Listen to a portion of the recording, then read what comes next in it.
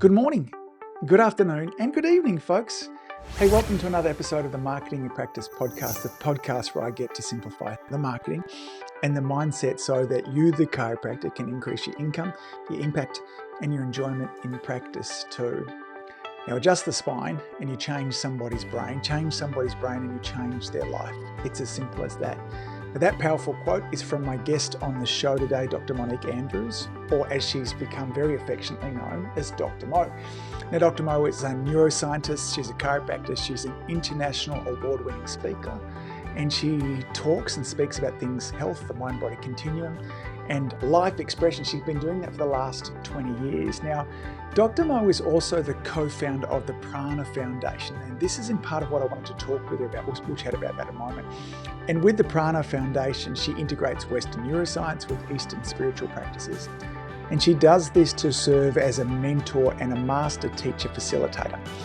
Now, I reckon the chiropractor of the future needs to have two really important skills, particularly with regards to their marketing and social media. They need to have authenticity. They need to have a self-confidence that when they're showing up on social media that they can be themselves. I was listening to Gary Vaynerchuk talk recently, and he was saying some of his success, in fact, a large part of his success, is him staying on the path of just being him. When he shows up on a stage, he doesn't wear a suit, he often wears a hat. He curses a lot. And he says he's lost a lot of business because people wanted him to wear a suit and tie and stop swearing. But he says, that's just not who I am. There's an audience for me, and I need to stay true to who I am. And particularly he went on with video. He said the missing ingredient in most people's video is just a lack of authenticity. He went on to talk about that there is an audience for everyone. Now, the interesting thing is when I'm talking with chiropractors about making videos about social media, there is with many of us a real fear about being seen, about showing authentically who we are. Now, I've heard Dr. Mo talk many times about helping to identify some of the barriers that get in the way of this, and how do we heal ourselves of some of the previous stresses that we've had in our life. So we spoke a lot about that on the podcast. Then what I wanted to talk with about after that is one of the second ingredients I think that's essential for social media success, and certainly for practice success as well, is just a rock solid certainty in the value of chiropractic. And nobody communicates, well, not nobody. Dr. Mo is one of those people that communicates the bigness of chiropractic as well as anybody. This is a fascinating conversation. I loved every moment of it, and I think that you will also. So that's enough talking from me. Let's go on and chat with Dr. Mo. Dr. Mo, welcome to the Marketing Your Practice podcast. How are you, my friend?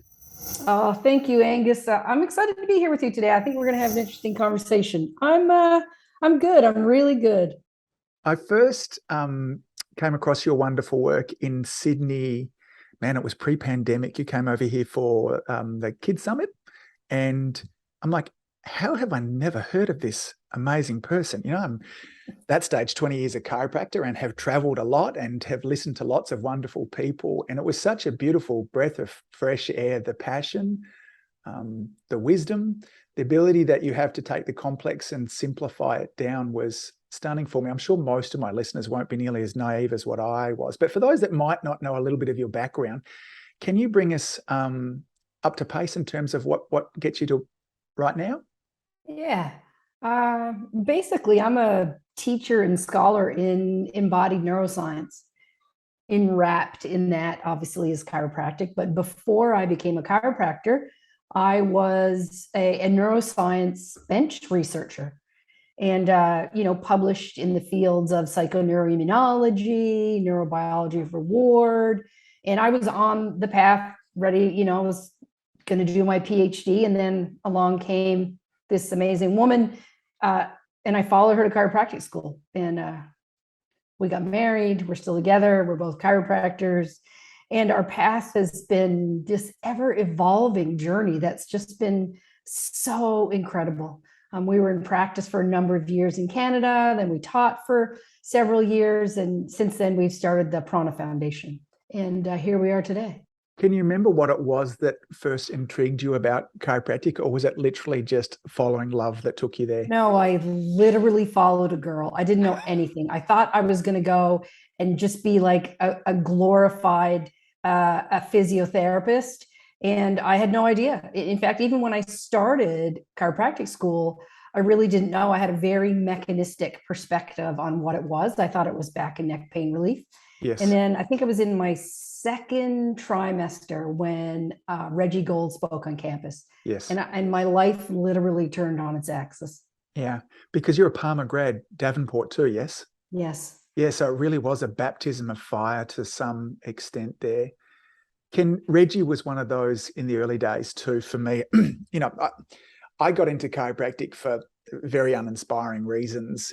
Really, I'd seen a chiropractor throughout my teenage years, and God bless him, but he wasn't the most inspiring man. And it wasn't until he had an associate, a locum come in, and this locum was a really cool, young, handsome fella, and I went, like cool people can be chiropractors as well, not just kind of crusty old guys. So that was kind of part of it.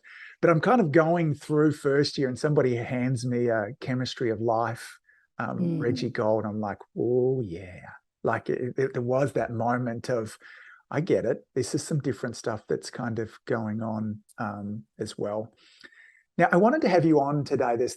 Maybe we'll get to both parts here today, but just to let our listeners know where we're going there too. The first thing I wanted to chat with you about, when I started teaching a lot of marketing and video, it all happened by mistake. I started doing it myself. I got great results. People asked me to teach them. And so I put together courses that were very good at showing people how to hold the camera, how to get the best out of their audio, their light, how to market a video, all that type of stuff there too. And Mo, none of the buggers did it. I'm like, oh, this is fascinating. I've shown them exactly how to do it, and they've not done it. And then a little bit more diving went on, and I started to realize that lots of the reasons that chiropractors don't want to market their practice is because of old wounds that they have, old stories that they tell themselves, identities in around not wanting to be seen, fear of what if nobody watches, engages with my content, fear of what if a lot of people engage with my content, what if I get pushback, and what if there are haters out there? And so what I started to realize, and I did a whole bunch of coach training and worked my way through a lot of this kind of stuff, and realized that if I could help people identify some of these old wounds, clear these old wounds, they became video making machines. And I want to chat with you in particular because you do retreats and deep work on all this. You have a proud foundation that is based all around this too. So I'd like you to share your experience of how do we find these wounds and how do we heal them? Yeah, that's a really like that. I mean, that's our life's work, isn't it, Angus? Is to uncover the wounds and to find a way to heal. Yeah. And I think a lot of that, it has to start with a sense of surrender and, letting go of our, what we call ego clinging, right? And I think that's the scary thing about people making videos. Like you said, why is that? And I'm not sure what generations you've been predominantly working with, because over here in North America, the young millennials don't seem to have any problem making videos. In fact, there's a lot of it. But, in working with some of the chiropractors that we do in their 40s and their 50s, you're right. It's totally different. Yep. And I think there's this fear. It's ironic, right? Because on the one hand, what do we seek in life, right? Is to be seen and heard, to be validated. So Yes. why then is that so scary? You're very right. It does tend to be the, more the chiropractors of a similar age to me, in their 40s and 50s there too.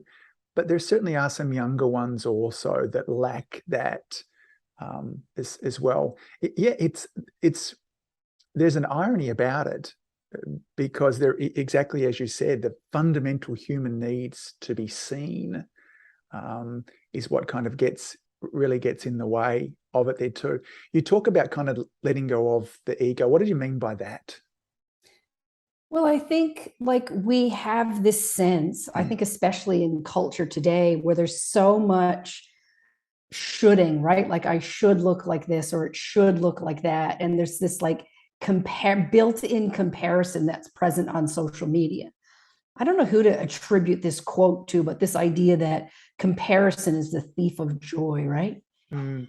And I think that we, like, somehow people just get really attached to those old narratives, and then they think that's who they are, or who they should be. And so they cling to that idea, this like representation of who self is, which is really what the ego is, right? Now, ego's not bad. A lot of people are like, oh yeah, I need to overthrow the ego. And I'm like, no, I think we need to make friends with the ego, because it has a job. An ego is what allows us to propel forward. Mm. But also we need to understand that it's a great servant, but a terrible master, right? Yes. And that's, I mean, I think that's years of work to get to that place. I said this one time on one of our retreats, I said, the first 40 years of childhood are the hardest. Yeah, I love it. I got introduced to the Enneagram a little while ago, and I went through a stage of being a bit obsessed by these kind of personality type sort of tests, and I can't even remember what Enneagram I was now, but there was the guy that I did a lot of his reading said something to me at the time that had really stayed with me, and he said the most powerful thing that you can have is self-awareness.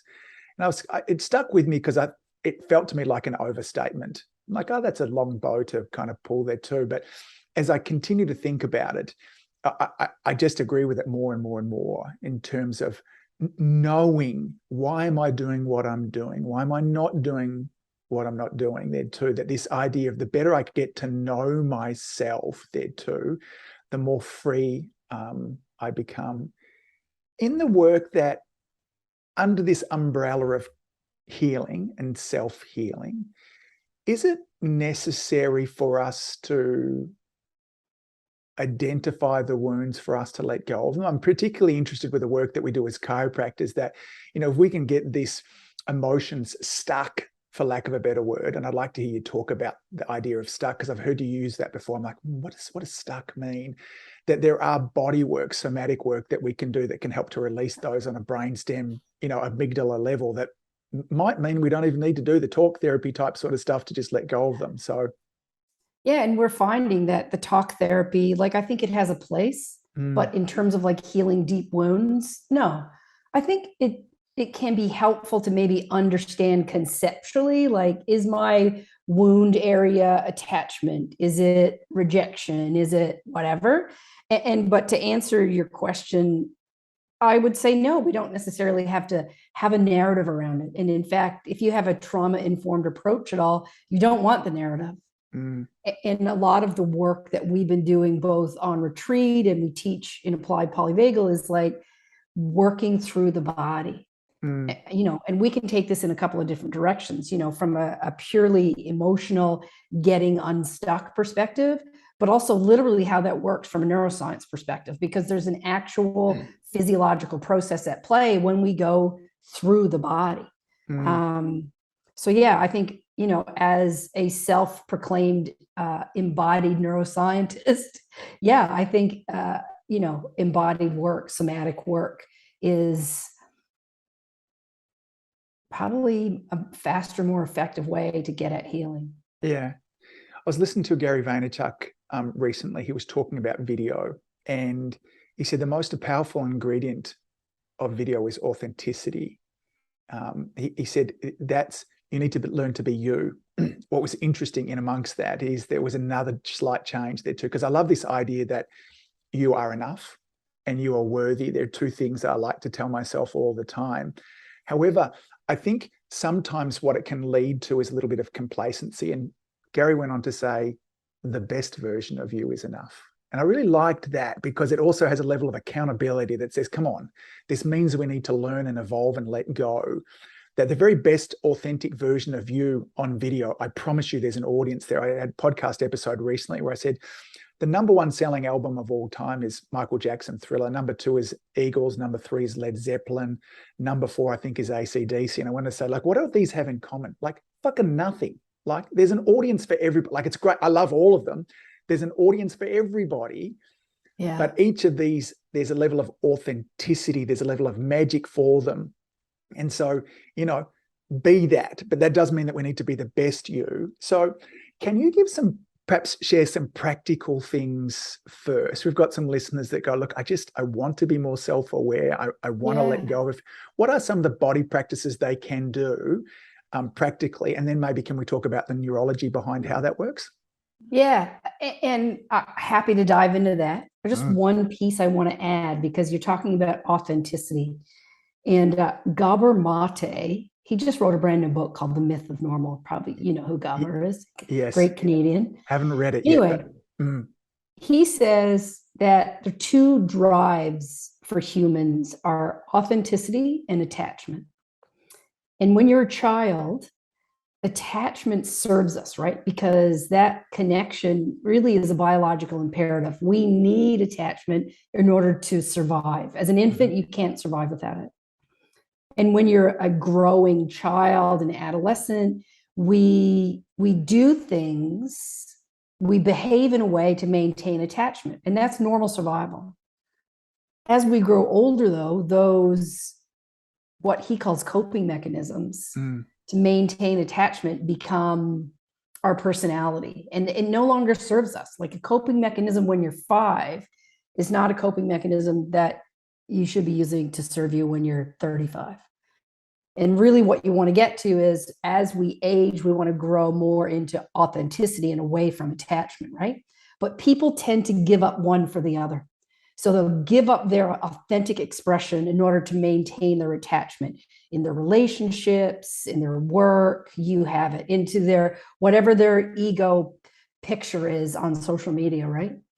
And so I think the drive for authenticity, it necessitates that we become detached, that we're not clinging towards attachment. And a lot of people get really fucked up when they think about this Buddhist term of detachment. It sounds like this cold, horrible thing. And really, it just means that you're no longer attached to outcomes. And I think you're right in terms of like being your authentic self, that allows you just the most amount of freedom, because you're like, well, there's no other way for me to be. So your response really doesn't matter to me. This is what you get. Yes. Yeah. So I just love having that nugget from Gabor. It stayed with me my whole life. Yeah. It's so damn attractive. Like authenticity, somebody that's given zero fucks, it's so attractive. And it is, I can see why Gary is saying it, is that when we can watch a chiropractor in their magnificence, just sharing without a need, it is the antithesis of neediness in amongst their two. And that is literally attractive from a marketing point of view. So how do we access some of these? Can you go into some of the specifics of the body things that we can start to do as a practice if we wanted to let go of some stuff? And then let's get nerdy, talk about the neuroscience behind it, and see where that takes us. So I think this is not like do this exercise a few times and you're going to just be living an authentic life. I mean, really what we need to do is cultivate a daily practice where our focus is to check in with self and find a way, as you said, to be present, right? To be aware, to have self-awareness. And so presence, embodiment, awareness only comes with continued practice.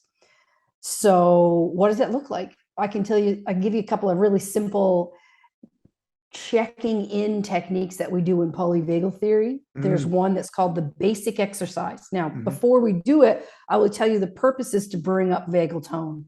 Why do we need that? Because it creates safety. And elevated states are only possible when we feel safe. In fact, the whole purpose of polyvagal, really, that Porges created, was about getting people to a place of safety. I think it was Ken Blanchard. Was he the Who Moved My Cheese guy? Yes. Right? Yes, absolutely. He said, real communication only happens when people feel safe. And I would say that authenticity can only happen when people feel safe, that we can only get to our truest self when. Yes. And the science now tells us that's only possible if vagal tone is elevated, because what that does is it creates a sense of safety in our in our nervous system. It's not a conscious awareness. This is happening below the level of awareness. I've heard you talk about before, and one of you can clarify this for me. I'm when it comes to neurology, I'm incredibly naive, and my communication and understanding have been between these very distinct elevators, escalators of one is a parasympathetic kind of, and the other is a sympathetic, this fight, flight, rest, digest. But I've heard you talk a bit before that perhaps that's an oversimplification of what's happening. And then where does this polyvagal tone set into there? Like, because my understanding of what I'm hearing you say at the moment is I can't be creative and authentic if I'm in this fight flight where I'm literally worried for my survival there. I'm not accessing my frontal lobe. My amygdala is overfiring there too. I'm just not accessing the very best parts of me. Is that kind of just an oversimplification? Is it flat out wrong? No, it's not wrong. And in fact, if you're in a sympathetic fight or flight, your body's job is to go into mobilization, into an aggressive mobilization stance. And in fact, we want the amygdala to turn down the prefrontal cortex. But the problem comes when that becomes chronic. Yeah. Right? We should only be running from the tiger for a few moments, not for months or years on end, as current state is sort of created for us. And so polyvagal, what Porges did was he actually divided it instead of just being sympathetic and parasympathetic, he divided the parasympathetic into ventral and dorsal vagal. And he said that the autonomic nervous system is like a hierarchy. And the way that the brain and the autonomic nervous system develops is from the bottom up and back to front. So we have dorsal vagal that develops first. That's like brainstem survival. Faint, freeze, death, right? If dorsal vagal predominates, people die from bradycardia.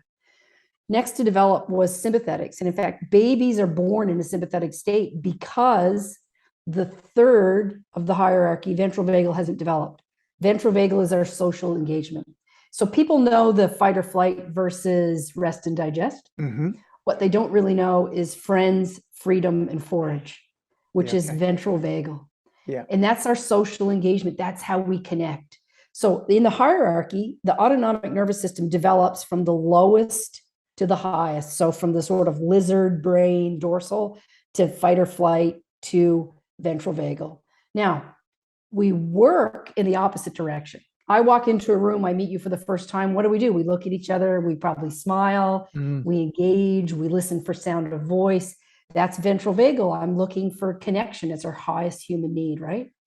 Failing that, I drop into, is this safe or unsafe? Because if my brain detects that it's unsafe, I won't be able to stay in ventral vagal. I drop down. And then if it goes from unsafe to life-threatening, it drops down even further into dorsal vagal. That's the quickest rendition of what I can give you. So there's three main states, right? Ventral vagal, freedom, friends, forage. That's the I am. Then there is sympathetic, fight or flight. That's the I can, the defense mobilization. And then finally, there's the dorsal vagal, which is the I can't, where you go into freeze mode and you play dead.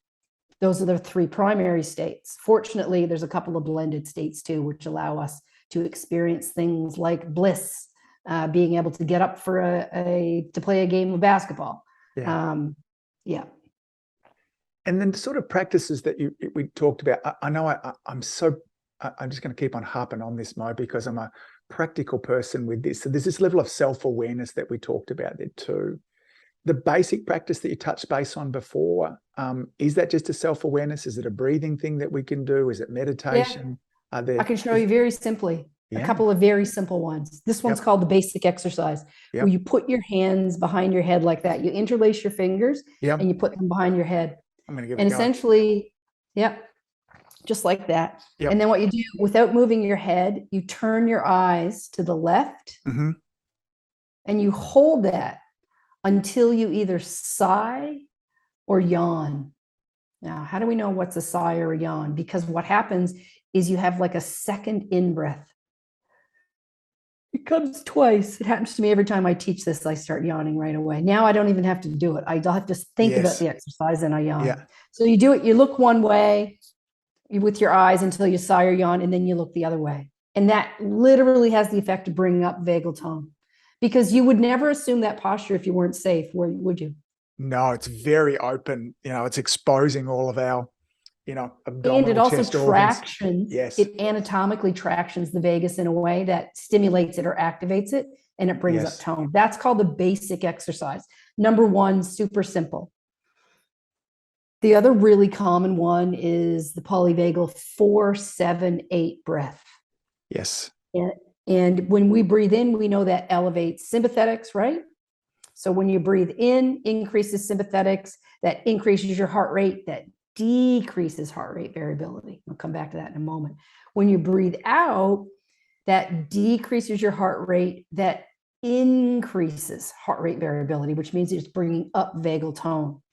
And so essentially what Porges recommends is 4-7-8, in for 4, hold for 7, out for 8. You can assume a posture with that. I like doing a befriending the heart with my hands on my heart, and then find the place of ease. Is it up? Is it down? Side to side? What feels good in your body? And this happens it's like detection without awareness. It's not a psychological construct. These things literally change what's happening in your brain and your body. Very simple things to do, right? Totally. And so these are a practice that should be done regularly, I would imagine.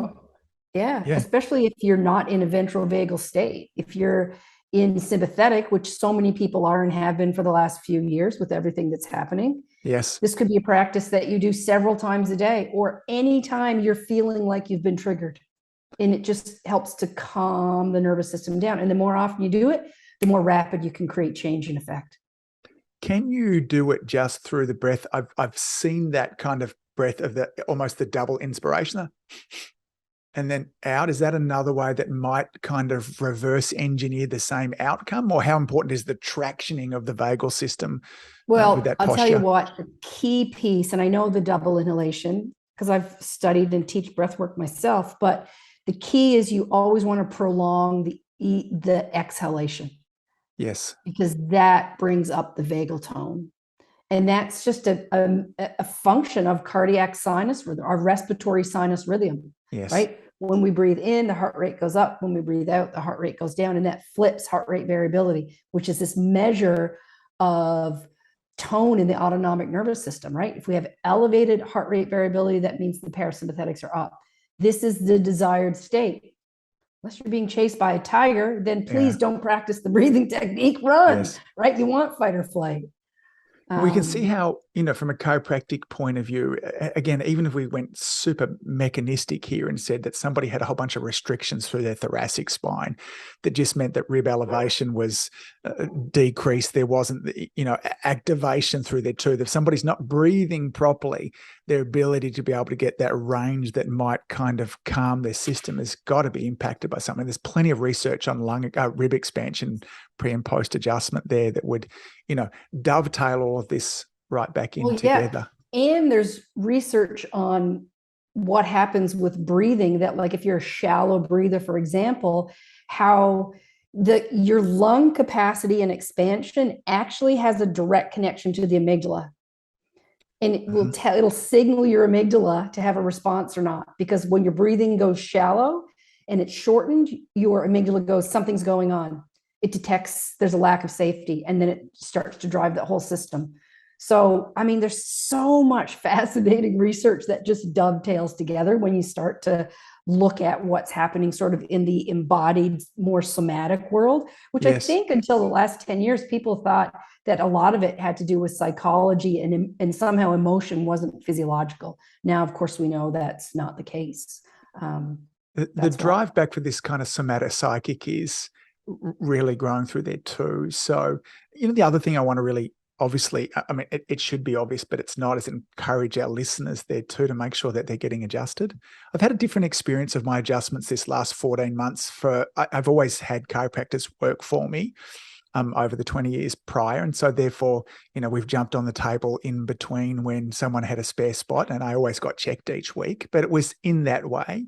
And then I recently moved. Now this has meant that, I have an appointment and I hop in my car and I drive there. It's 20 minutes for me to get there. I have my adjustment and come back home. It's so much better that way.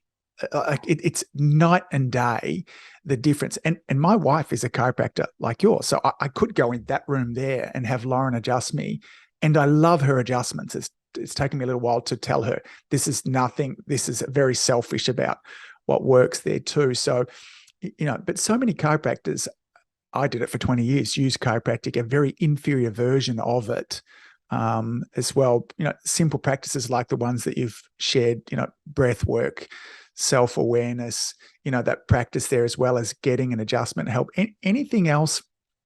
Are there other kind of things that in this medium here that might be useful for our listeners to incorporate? Yeah, it's really interesting that you said that about I think there's a difference between getting adjusted and being under care. Absolutely. That's a perfect. And I do the same thing. I'm married to a chiropractor, and I go out to an appointment and I see a chiropractor. Yeah. And I love it because it's all about me. I'm not thinking about anything else. Yes. And we never get to that place where, can you just adjust me? Yes. And we usually at 10 p.m. Yeah, exactly. Yeah. It sucks. It's not fair. Yeah. And that's not care. Yeah. So number one, I would say to everybody out there, certainly if you're a chiropractor, you need to be under care, because the state of your nervous system impacts the state of every nervous system that's on your table. And we know, there's a concept in polyvagal of co-regulation. Yeah, good. And essentially that we can only learn to self-regulate when we have learned to co-regulate with, responsible, nurturing caregivers. And the idea is that all happens in childhood.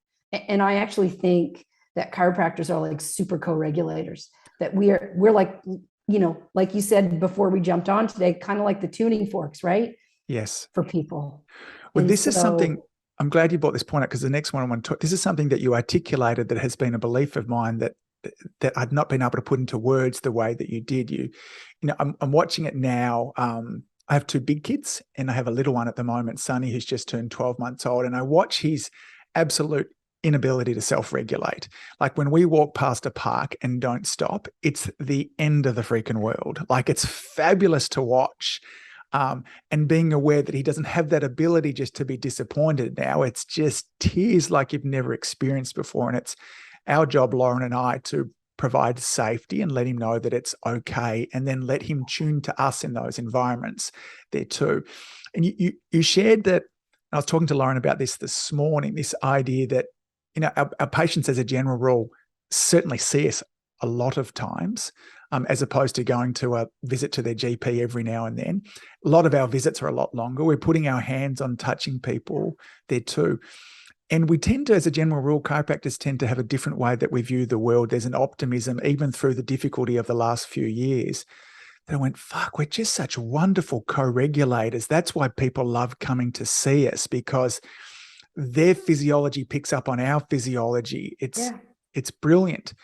And it then led me to, my ulterior motive really with lots of the marketing stuff that I teach is I want 50,000 chiropractors out there co-regulating through social media, through the web, through digital showing up, where we can show up in a form of safety. And particularly, this is why I wanted to start to begin with, to say there needs to be authenticity there, because otherwise what your body is telling me shouts so loud that I can't hear a word that you say. So you can say the words, I'll give you the words to say, but if they're not coming from you, it comes through there too. Can you talk to me a little bit about, you're at the cutting edge of what we're starting to understand in around this somatopsychic neurobiology world there too. What are some of the exciting messages that chiropractors can be sharing out with the world? Yeah. So, the number one thing I would say, and so much research now is in this realm of embodied neuroscience, and specifically looking at the vagus nerve. That's really my obsession. So that certainly is where I would start and just say, look, literally the vagus nerve sits right up in and around the top of your neck, where your cervical spine is, where we're adjusting. And we see a lot of incredible impact on this one particular measure called heart rate variability that shows we're improving the functioning of your nervous system in an area that we routinely work as a chiropractor. Very easy to say. I posted a video, 48 seconds on Instagram, and it was me pointing to my neck, basically saying, this is where you stimulate the vagus nerve, with a couple of pictures. It looks like there's not a fancy thing about it. 1.5 million views.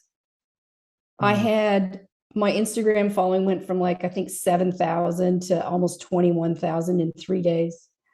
My inbox was overflowing. We had so many people looking for polyvagal chiropractors. We actually started a preferred provider directory. Yeah. And what did that come from? Me sharing something I was passionate about. Yes. Like I said, it wasn't fancy, but I was passionate about it, which meant it was authentic. And I was telling what I knew. Look, my message to chiropractors that are making marketing videos is tell what you know. Use the language that makes your own heart sing. And that's going to what shines through, stop, no one is you, and that's your power. I want to share a quote with you, one of your quotes here, and perhaps if you can share a little bit of the cutting edge science that's happening behind this quote. There have been more advances in research in the last decade than there has been in the last 100 years. We know now that when you deliver a chiropractic adjustment, you are changing the structure and function of the brain. We have the confluence of chiropractic and neuroscience achieved a deeper understanding of our purpose, our why as chiropractors. My mission is to share that message with as many people as humanly possible. Tell me a little bit about what we're seeing with an adjustment changing the brain. Yeah. So, some of the biggest detractors of chiropractic research is the numbers are low, it's not repeated, and there's not enough money. And yep, true. What we do have, however, is, it's the numbers are evolving, but, a few dozen really great studies in brain science and chiropractic that show that when you adjust the spine, you actually are creating changes in the brain. And we know this through electrophysiological studies, the EEG studies that come out of New Zealand. We know this through PET scan studies telling us that when you adjust the spine, you're actually creating metabolic change in the brain. We know it through fMRI studies, so looking at functional connectivity in the brain areas that subserve pain, that when you adjust the spine, it actually improves functional connectivity in those areas. Because there are a large faction within our profession that believes the impact of the adjustment is only happening locally, musculoskeletally at the level of the spine. Well, now science tells us actually it's also happening centrally in the brain. Electrophysiology, metabolic, fMRI, and there's this great study that they did in chickens. Now, yes, it's in chickens, but the reason why is because it's a genetic study. And really the only way to tell that we're creating genetic change is to be able to slice the brain and see, we look for something. One way to do it is to look for something called CFOS expression, which is a protein that we use to tell us, something like, are immediate early genes being activated? So this is a sign of neuroplastic change. In fact, the underlying mechanism for neuroplasticity is something called immediate early genes. See, you're getting me all nerdy now. No, I like it. The point's this. In this genetic study, what they did was they took these chickens and they stimulated between their T3 and T4 in the interspinous ligament for 60 minutes. And then they sacrificed the chickens. And what they did was they looked for an indication of gene activation. Are we actually seeing this CFOS being expressed? Are we creating genetic change in the brain? And in fact, they found they were, and it wasn't random, because a detractor, of the EEG studies, for example, they'll say, well, you could punch someone in the arm and make a blip go in the brain. True. But the key is when we have specificity. And so this study that they did in the chickens actually showed, no, it's actually very specific just to the segments that are adjusted and to the spinal tracts that would be impacted, right? So what carries pain, proprioception, what have you. And so this is a big deal. So it's not just one realm of science that we're seeing evidence that when you adjust the spine, you change the brain. It's in many different disciplines. And that's when I talk about the confluence, that's what I'm talking about. Yeah. That's what I'm talking about. What excites me about it is it allows us to start telling a different story. And it actually allows us to start telling a more valuable story. Value is an interesting thing when, social scientists look at value. They tend to, and any products or business that is perceived as high value generally has an impact on kind of 4 markers. It either helps people save time, it helps them save money or make money, it decreases pain or negative emotions, or it gives people access to increase emotional range. Now you think about what chiropractic does, and if you can start to tell a story to your community about how you save people time, how you save them money, allow them to make, and this is not, we don't have to draw a long bow with this too. When, I was doing this with a group of kind of a class I was teaching the other day, and I asked them the question, how is it that you save people money? And a woman said, I had a builder come into me on Monday that had a big week of work to do and he could barely move. We adjusted him, got him moving again there too. He got the job at the end of the week, done. Like this, he would not have been able to do that without me. So then you go, well, what problem am I solving? Am I solving somebody's back pain, or did I make that guy money this week? Well, the bigger value solution that you have is that you made him money there too. As we begin to understand these things, the link between all of those become even more obvious when we get access to different parts of the brain, how that makes us more productive in our frontal lobe, how that gives us access to greater range of emotions, all those type of things there too. I'm so damn excited about it there too. Mo, if our listeners want to get even more nerdy with you, which I would encourage them to do, you've got a whole bunch of different courses and stuff online. Where should they check in with you to continue this conversation? Yeah, the easiest place to find our course offerings is to go to our foundation website, which is pranafound.org, pranafound.org. And you'll see classes like my Dr. Mono's chiropractic neuroscience program. That's the super nerdy class where I actually meet with a group of doctors every month, and we do a 2-hour class on anything from neuroplasticity to heart rate variability, you name it. And then we're super nerding out right now on the polyvagal stuff, and our applied polyvagal classes are just they fill up so quickly because it's really topical, Yeah. People they're getting it. And like you said, it gives them a venue to shift that conversation from pain to the nervous system, which, that's where the conversation we should be having as chiropractors anyway. Yeah, I love it.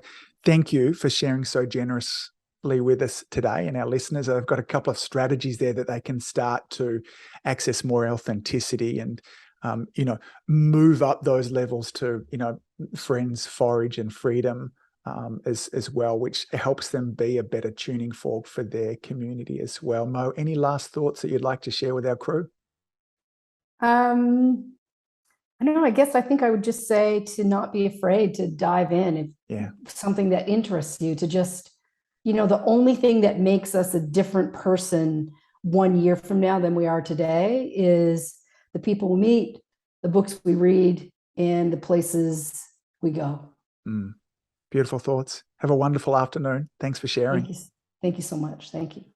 If you've enjoyed listening to this podcast, you have to come and check out my Community Influencer program.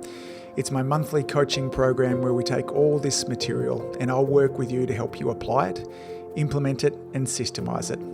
The Community Influencer Group Coaching Program is designed to help you increase your practice income, impact, and enjoyment.